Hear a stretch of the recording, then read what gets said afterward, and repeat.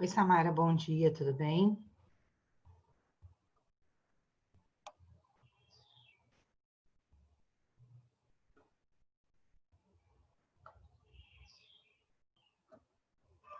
Bom dia, professor. Guardar mais um pouquinho para ver se entra mais alguém vai entrar, tá bom? E a gente Tá bom. começa.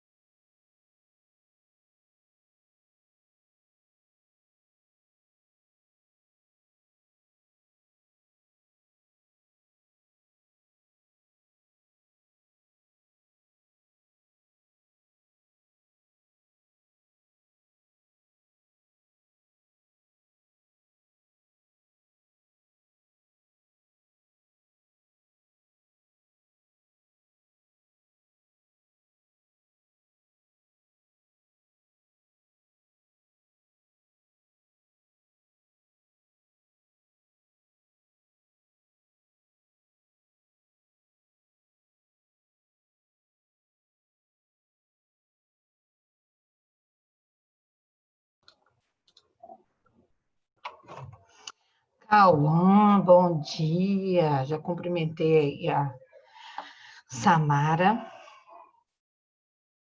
Tudo bem, Cauã? Cadê esse povo doido do 9º ano lá? Ninguém quer saber de nada, de aula de redação. Sexta-feira, 8 horas da manhã. Bom, vamos começar nossa aula. Eu vou partir para a meditação. Então, presta atenção aí. Fala aí, galera! A gente está começando mais um dia, por isso fica comigo nessa meditação.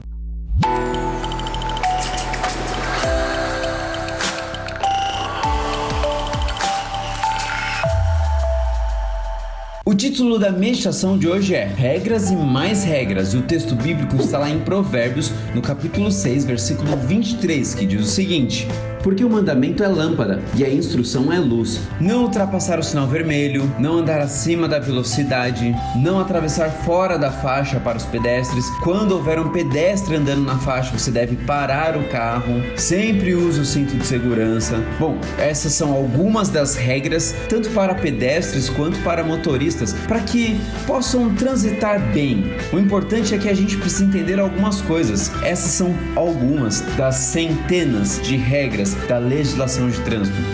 É muita coisa. Para quem está no 3º ano do ensino médio, já está bem mais próximo dessa data, mas quem é mais novo ainda vai demorar um tanto. Eu sei que alguns de vocês logo vão fazer carteira de motorista, e para isso vão precisar ir para a autoescola, aprender também como manusear o carro, e tudo isso vai ajudar muito bem para que você possa conduzir. Mas o importante é que todas essas regras elas servem para uma coisa, e eu acredito que vocês vão perceber isso. É verdade. Quer dizer, às vezes não. Elas servem para proteção. Afinal de contas, se a gente não seguir nenhuma dessas regras, o nosso caminho não vai ser muito seguro. Imagina só, você fazendo uma viagem acima da velocidade o tempo todo. Algumas das curvas podem ser perigosas. É a verdade.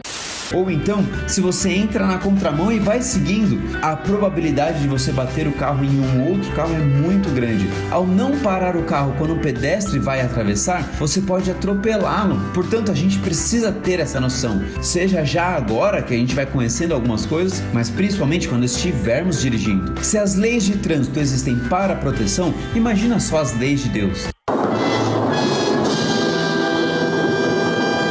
As leis de Deus servem justamente para nos proteger de nos machucarmos desnecessariamente, porque existem machucados que vão acontecer justamente por conta de vivermos em um mundo com esse elemento chamado pecado. Mas se temos a lei de Deus e se seguirmos a lei de Deus, com certeza vamos nos machucar muito menos, porque saberemos tomar as melhores decisões. Você tem uma vida inteira pela frente, portanto, quando for necessário parar um pouco, pare. Quando for para descansar, descanse. Quando for para seguir em frente, vá em frente, mas obedeça sempre às regras de Deus. Essas regras e essas leis, elas servem para nos ajudar, nos conduzir e principalmente nos proteger. Ora comigo, eterno Deus, que ao olharmos para suas regras e leis, também possamos entender que foram criadas para nos protegerem de algumas situações que realmente não valem a pena para a nossa vida. Obrigado por isso e ajuda-nos a ouvir e seguir essas regras, em nome de Jesus, amém. Valeu, galera, e até mais.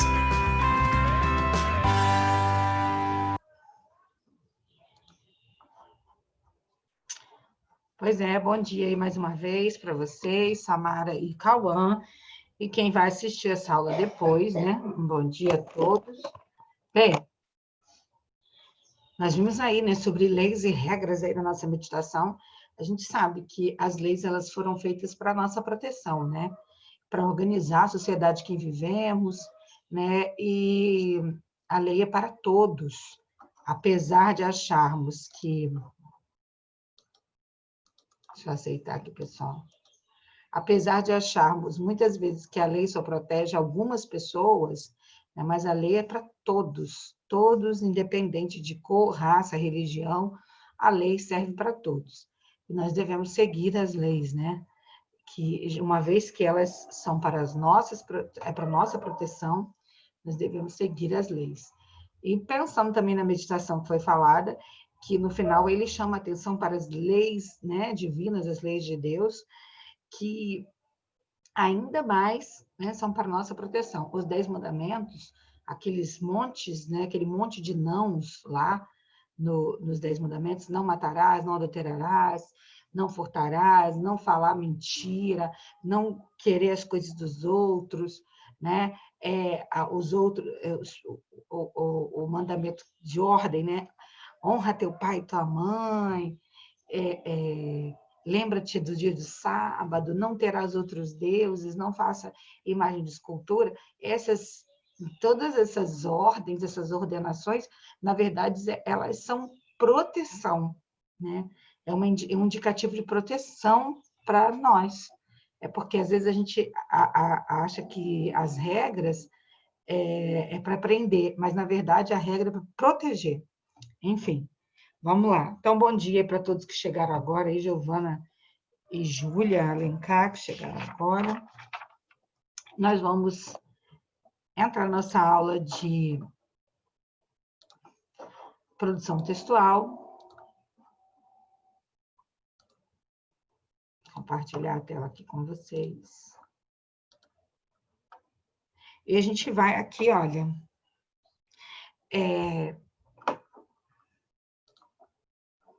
para a página 128, a gente está falando sobre conto, né? Gênero textual conto, e hoje nós vamos falar sobre um conto que tem aqui no livro Bruxas Não Existem. Bruxas não existem. Eu, pelo menos, acredito que bruxa não existe. Essa bruxa aí dos contos de fada, né? Eu acredito que não existe. Tem pessoas que se auto-intitulam bruxa, né?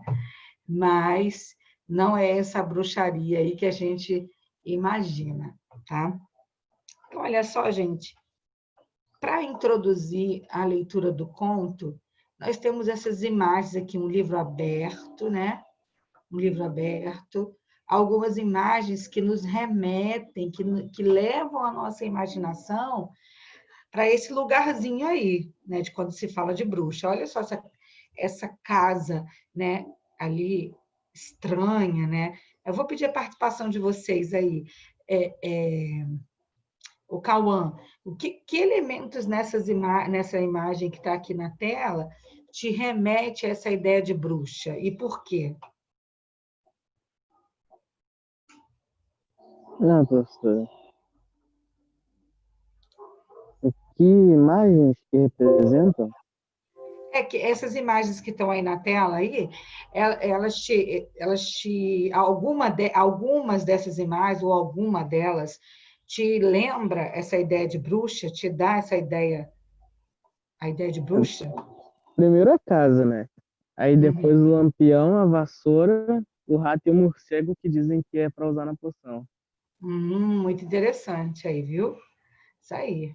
Para usar na poção, né? Você imagina Tem aquele árvores também sem folhas, né? O que lembram bastante.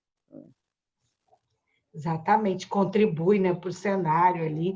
A nossa cabeça fica logo já envolvida nesse contexto assim de um certo suspense, né, um temor, né? E essa carrocinha aqui, essa carrocinha que está aqui embaixo, perto da vassoura, ela dá uma sensação de um período mais medieval, né? Numa era medieval, não é isso? Né? Onde as bruxas eram perseguidas, eram queimadas vivas lá as pessoas. Isso não é nem historinha, não, né? De mentira, não. As mulheres que eram consideradas, né, bruxas eram queimadas vivas, né? Na fogueira, lá pela igreja, lá, né? Eram queimadas vivas ou eram tacadas de um penhasco? Era, e assim, nem todas que eram queimadas tinham esse fundamento aí para poder fazer esse tipo de coisa, né? Mas é aquilo, né? É o mito, né? O mito, as pessoas vão falando, vão contando umas para as outras e acabam, né, sendo formada essa ideia aí, que às vezes não tem nada a ver com o que a gente imagina, né? Por exemplo, não sei se vocês assistiram ou leram o livro, tem uma série que é bem pesadinha, que é o Outlander. Já viram? Ou já ouviram falar? Outlander? Ninguém, né? Mas, assim, tem nessa série, é uma série grande, mas é uma série bem pesada. É histórica, fala de viagem no tempo, enfim. E aí tem uma parte lá do seriado lá que conta a história de uma mulher. E essa mulher, ela era como se fosse uma enfermeira. Ela estudava, né, o poder curativo das plantas, e numa época em que não tinha remédio, né, fabricado por indústrias farmacêuticas, né, que não tinha antibiótico, que não tinha vacina, ela preparava ali as coisas, né, pegava as folhas, misturava alguns elementos e fazia ali os emplastos e tal. Ela era chamada de curandeira. E, em determinado momento, ela foi considerada uma bruxa por conta dessas coisas que ela fazia. Ah, o chá para isso, o chá para aquilo.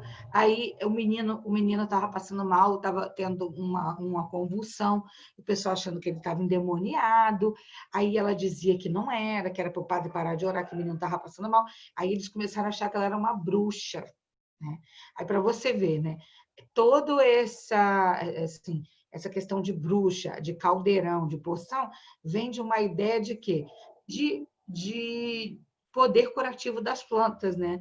As pessoas pegavam ali, aquelas, né, senhoras, né, mais conhecedoras, né, do conhecimento popular, né, que é adquirido ali, né?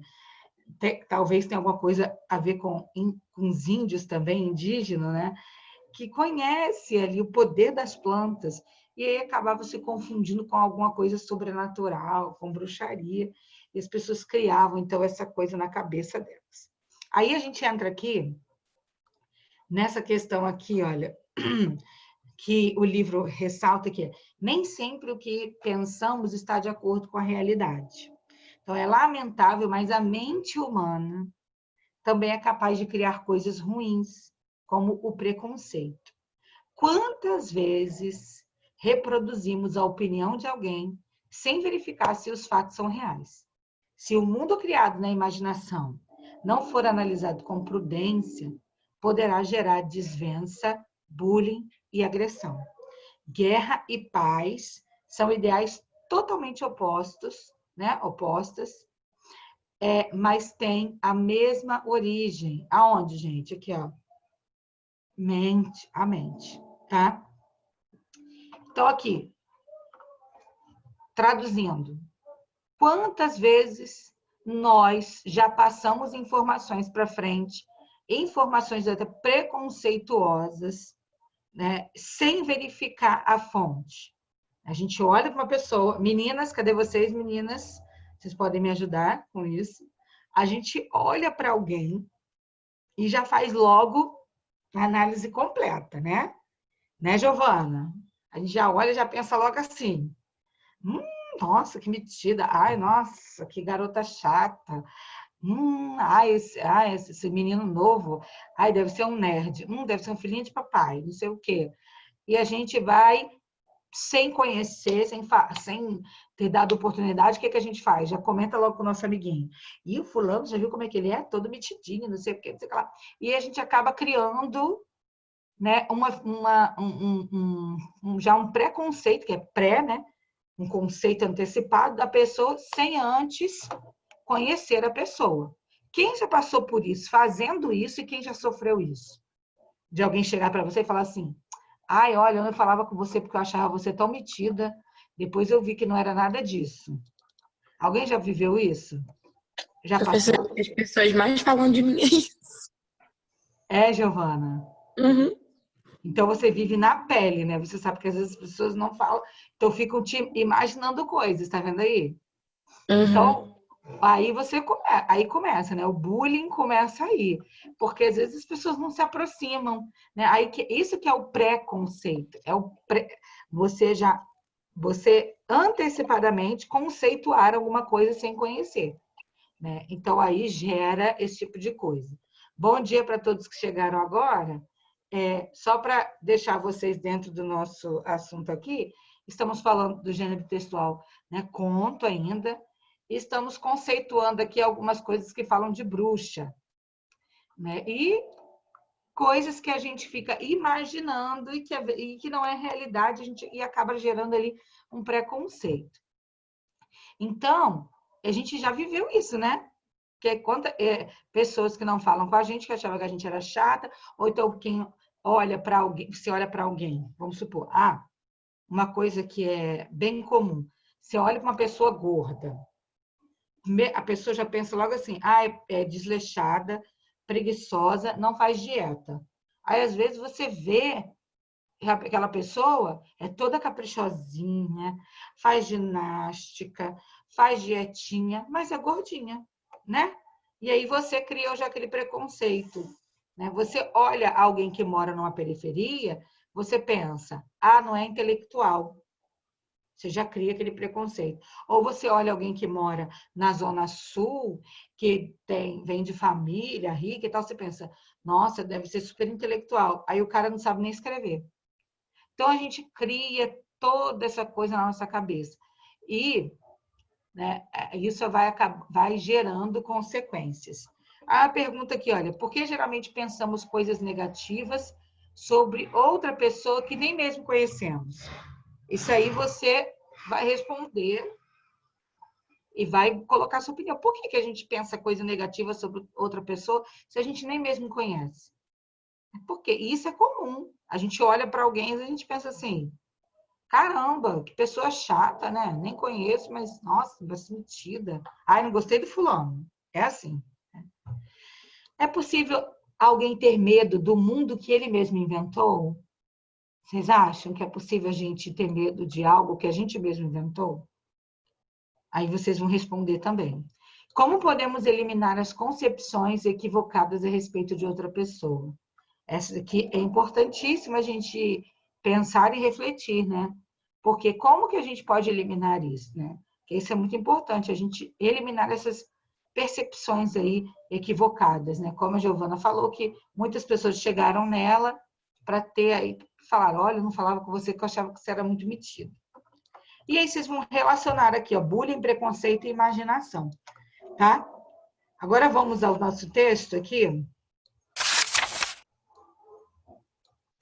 Vamos ao nosso texto, está na página 129 e página 130, tá? Bruxas não existem.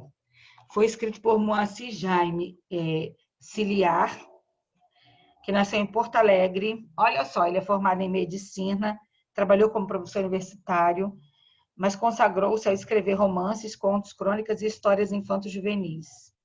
Gostava de ouvir e contar histórias sobre suas origens judaicas.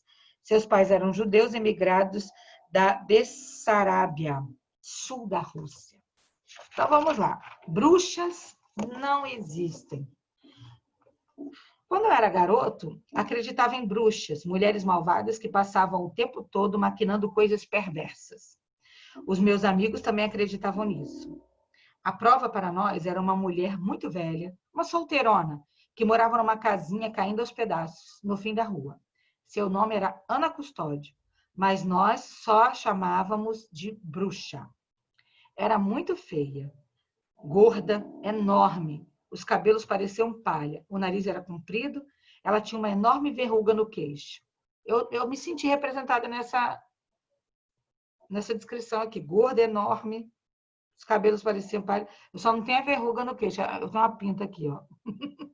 Eu me senti aqui um pouco representada. Mas vamos lá. E estava sempre falando sozinha. Nunca tínhamos entrado na casa, mas tínhamos a certeza de que se fizéssemos isso, nós a encontraríamos preparando venenos num grande caldeirão. Olha aí o imaginário, né, gente? Olha o imaginário aí acontecendo, né? Eles nunca entraram na casa, mas já ficavam o quê? Imaginando o quê? Que se entrasse e encontrar lá o caldeirão fervendo, enfim. Um dia encontramos no meio da rua um bode morto. A quem pertencera esse animal nós não sabíamos, mas logo descobrimos o que fazer com ele. Jogá-lo na casa da bruxa, o que seria fácil. Ao contrário do que sempre acontecia, naquela manhã, e talvez por esquecimento, ela deixara aberta a janela da frente. Sob o comando do João Pedro, que era o nosso líder, levantamos o bicho que era grande e pesava bastante. E com muito esforço, nós o levamos até a janela. Tentamos empurrá-lo para dentro. Mas aí os chifres ficaram presos na cortina. Vamos logo, gritava João Pedro, antes que a bruxa apareça. E ela apareceu. No momento exato em que finalmente conseguimos introduzir o bode pela janela, a porta se abriu e ali estava ela, a bruxa, empunhando um cabo de vassoura. Rindo, saímos correndo. Eu, gordinho, era o último. E então aconteceu. De repente, enfiei o pé no buraco e caí. De imediato, senti uma dor terrível na perna e não tive dúvida, estava quebrada. Gemendo, tentei me levantar, mas não consegui. E a bruxa, caminhando com dificuldade, mas com um cabo de vassoura na mão, aproximava-se. Àquela altura, a turma estava longe, ninguém poderia me ajudar, e a mulher, sem dúvida, descarregaria em mim sua fúria. Em um momento, ela estava junto a mim, transtornada de raiva, mas aí viu a minha perna e instantaneamente mudou. Agachou-se junto a mim e começou a examiná-la com uma habilidade surpreendente. Está quebrada, disse por fim, mas podemos dar um jeito. Não se preocupe, sei fazer isso. Fui enfermeira há muitos anos, trabalhei em hospital. Confie em mim. Dividiu o cabo de vassoura em 3 pedaços e com eles e com seu cinto de pano improvisou uma tala, imobilizando minha perna. A dor diminuiu muito e, amparado nela, fui até minha casa. Chame uma ambulância, disse a mulher, à minha mãe. Sorriu. Tudo ficou bem. Levaram-me para o hospital, o médico engessou minha perna e em poucas semanas eu estava recuperado. Desde então, deixei de acreditar em bruxas e tornei-me grande amigo de uma senhora que morava em minha rua, uma senhora muito boa que se chamava Ana Custódio. Aí, gente, então a gente viu aí, olha, um contraponto, né? No início do nosso conto, nós temos o autor aí, né, dando vida a um personagem, e ele diz aqui, né, que quando era garota acreditava em bruxas. Ele descreve a Ana Custódio. Desculpem. Como que ele descreve a Ana Custódio aqui, no início? Ele coloca aqui, ó. Era muito feia, gorda, enorme, cabelos pareciam palha, o nariz era comprido, ela tinha uma enorme verruga no queixo, estava sempre falando sozinha, né? Aqui, ó, uma senhora solteirona que morava na casinha caindo aos pedaços no fim da nossa rua. Seu nome era Ana Custódio, mas nós a chamávamos de bruxa. Olha aqui no final agora, quando ele fala assim, Ana. E tornei-me grande amigo de uma senhora que morava em minha rua, uma senhora muito boa, que se chamava Ana Custódio. Percebem a diferença? Conseguem encontrar aí, ó, 2 pontos, né? O primeiro ponto, olha o preconceito. Eles conceituavam essa mulher pela aparência dela, né, pela aparência, né, eles já, de repente a casa não era nem macabra, a casa era normal, mas o imaginário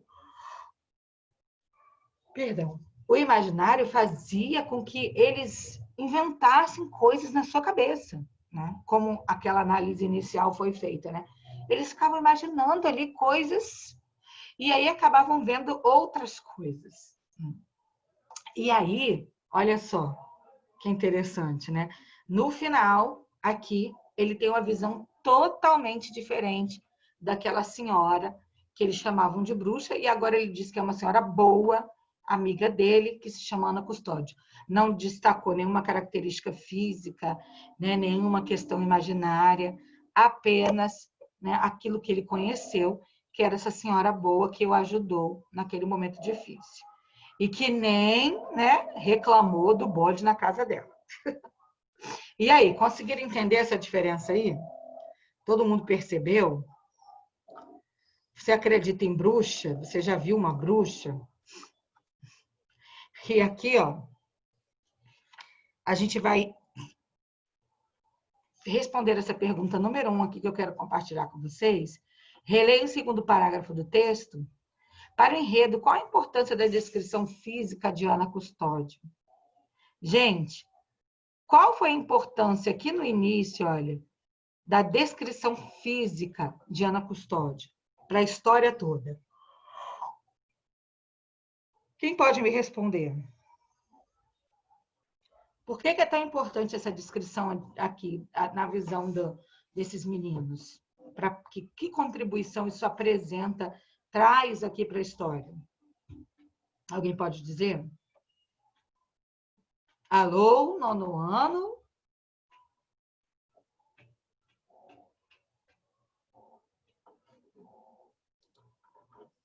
Ninguém vai dizer? Está todo mundo dormindo. É com a pergunta mesmo, professor? Lá pergunta. Caio, por que essa descrição aí, dizendo que ela era gorda, feia, enorme, os cabelos pareciam palha, o nariz era comprido, tinha uma verruga no queixo, estava sempre falando sozinha, né? Por que essa descrição física dela é importante para o enredo? Porque para eles era uma característica de bruxa. Ai, muito bem, era uma característica. Então, para trazer para o leitor essa questão do imaginário, né? Ajudar a alimentar essa fantasia, né? A construção do personagem bruxa, né? Dentro da história, né? Deixa eu ver aqui com vocês. Deixa eu ver aqui.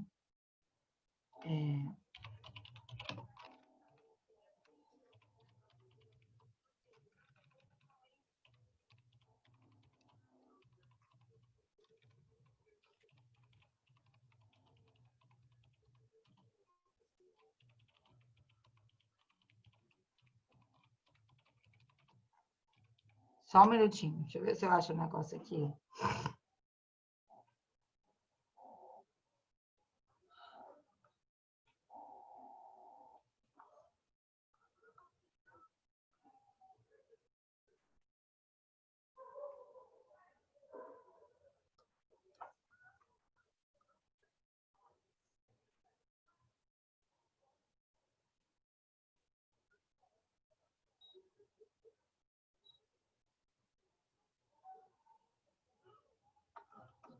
Só um pouquinho, só um minutinho.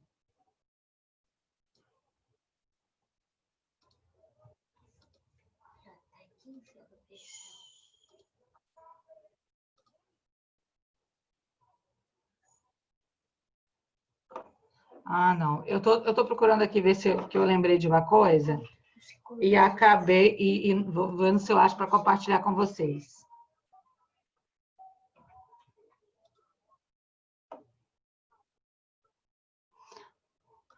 Olha, eu vou compartilhar com vocês aqui. A imagem não está muito boa, mas eu quero compartilhar com vocês uma coisinha. Ah, tá, Júlia, ali aqui, que a internet da Giovana caiu. Vamos lá. Quero compartilhar com vocês, quero que vocês prestem bastante atenção. Nós vamos falar dessa questão do imaginário. Tá? Prestem bem atenção que eu vou compartilhar com vocês. Peraí.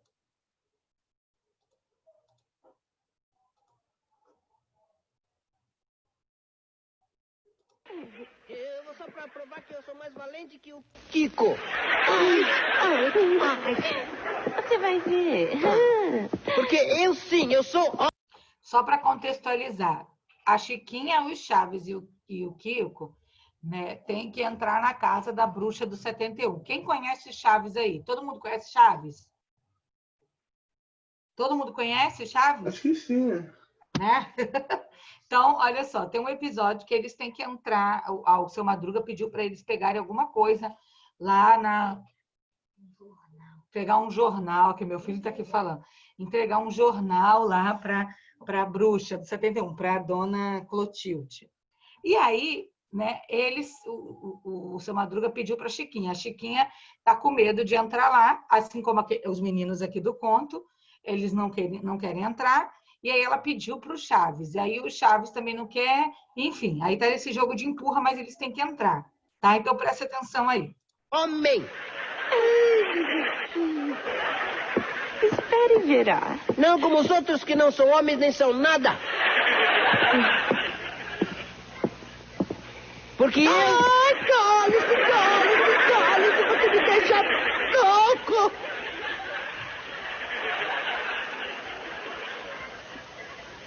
Ninguém tem paciência comigo. Não!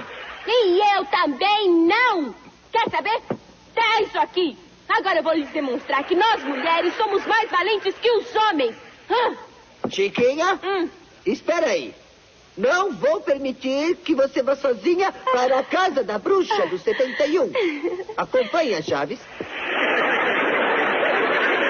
Nesse caso, por que não vamos então nós três? Nós? Três? Sim. Eu não gosto de aglomerações. Medroso! Acontece que você é um galinha! Quem é galinha? Fala aí, eu falei com você. Quem é galinha? Espera só um pouquinho. Escuta, Chaves. Que? Você viu o que o Kiko botou quando se sentou? Ora, o que todo mundo bota quando se senta. Sim, mas depois disso. Que? Eu adiantei um pouquinho, porque eu vi aqui que está muito comprido, vai passar a parte toda. Então, agora, eles vão entrar na casa da bruxa, tá? Presta atenção, da dona Clotilde. Anda, vamos!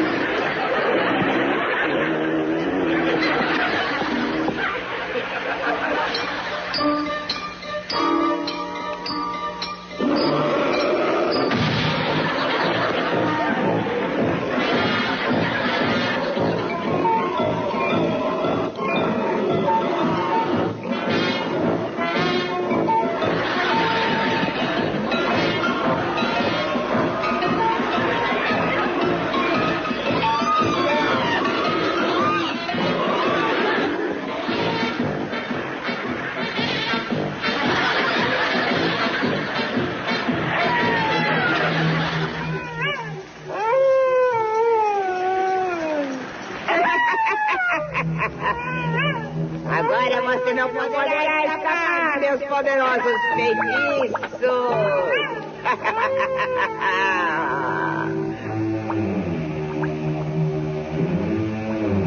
Desapareça!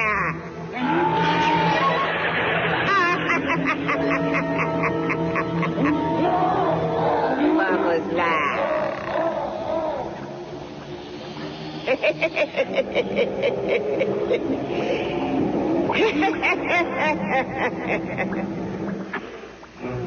Agora não poderá escapar de mim.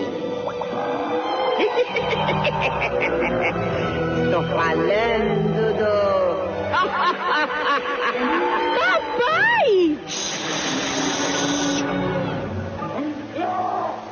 Quem está aí? Miau!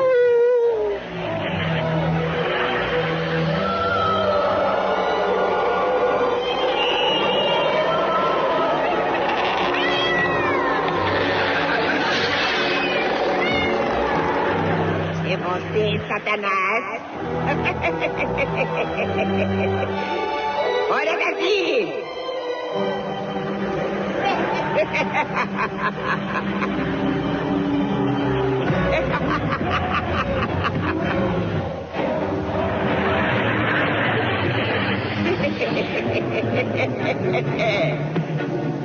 Vamos conferir se não falta nada. Vamos ver rapidamente. Vamos ver. Pelos de sapo, já coloquei. Olhos de abutre, também. Pregos de caixão, terra do cemitério, já. Agora vem a pimenta. Isso vai a gosto.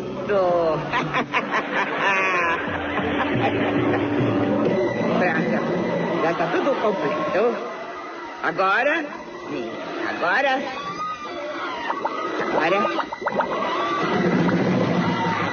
sim, um bom banhozinho bonitinho.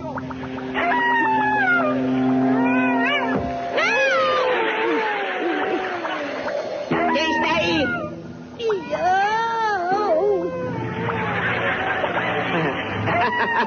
Você, Satanás. Espera um pouquinho que eu já vou servir o jantar. Menino bem gordo.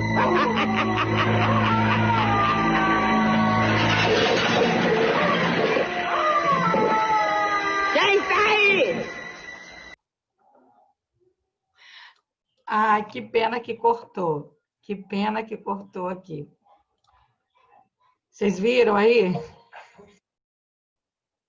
Pena que cortou, porque que acontece? Quem conhece esse episódio do Chaves? Quem já viu? Eu. E aí, Caio, o que acontece depois disso? Você lembra? É só negócio da cabeça deles, né?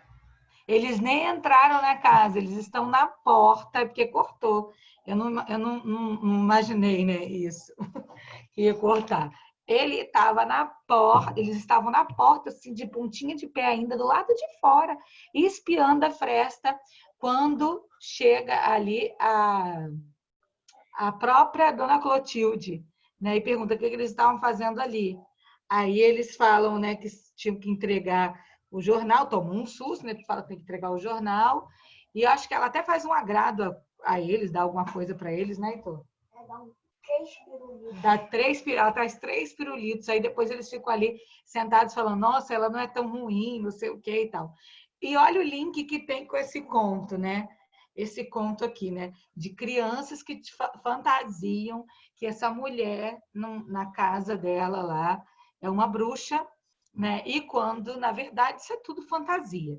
Gente, falando do conto, que é importante a gente ressaltar aqui, é que esse gênero textual muitas vezes é educativo, né? Antigamente, muito antigamente, as pessoas na zona rural usavam esses contos para educar, para trazer lições para aquelas crianças, para os moradores, né? Quando a gente fala ali do conto da bruxa, o que traz de lição importante para a gente? Alguém pode me dizer? Que lição importante está descarada aqui nesse conto? Quem gostaria?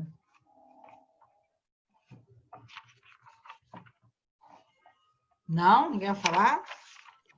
Como assim, Lúcia? Oi? Como assim?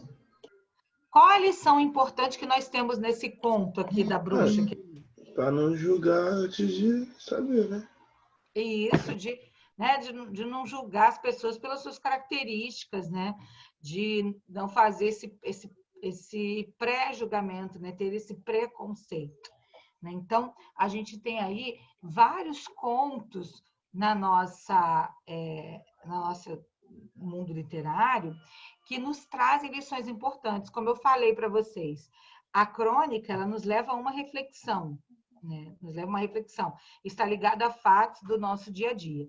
O conto traz essa linha imaginária, essa linha fictícia, mas que nos remete a uma mudança de atitude, tá? Que é com o intuito de mudarmos de atitude. Então, fica aí, gente. Olha, vocês irão fazer as atividades da página 130 até a 133, tá? Vamos fazer essas atividades que são todas voltadas, né, para a interpretação textual do nosso conto e também para ver se vocês têm aí, né, criam aí esse hábito de fazer essa crítica, de fazer essa análise textual, tá bom? E vão postar para mim na aula de hoje, tá? E eu ainda vou gravar mais uma aulinha para colocar para vocês, para a gente falar sobre os elementos da narrativa, tá? Que aí eu não vou pedir para vocês fazerem atividade, né? Mas eu vou falar sobre os elementos da narrativa. Tá ok? Foi um prazer falar com vocês. Ah, só um recadinho, tá? Eu já li, muito bom, rapidinho, em um dia, isso aqui dá para ler. Ó, pouquinho, são de escrita, são, deixa eu ver aqui, 183 páginas, muito rápido, dá para ler, muito bom, uma história verdadeira, show de bola, e aí a gente vai falar dele semana que vem, 1000 cairão, tá ok? Beijo, ótimo fim de semana, foi um prazer estar com vocês, até a próxima, se Deus quiser. Tchau, tchau.